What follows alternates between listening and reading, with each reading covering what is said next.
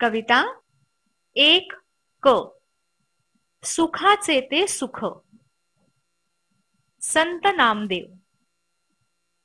नामदेव दामाजी रेळेकर 1270 ते 1350. कवितेची प्रस्तावना. 13व्या व 14व्या शतकात समाजात अध्यात्म व व्यवहार विचार यांचा प्रकाश उजळवणाऱ्या संतांपैकी एक श्रेष्ठ संत. भागवत धर्माच्या तत्वज्ञानाचा प्रचार व प्रसार त्यांनी सर्वदूर केला.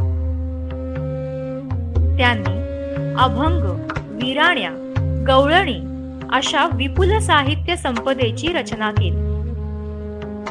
सदरही संत नामदेवांनी लिहिलेली एक गवळण आहे. मुलांनो, गवळण म्हणजे काय हे प्रथम आपण जाणून घेऊयात. हा संतांनी रूढ केलेला एक काव्य प्रकार.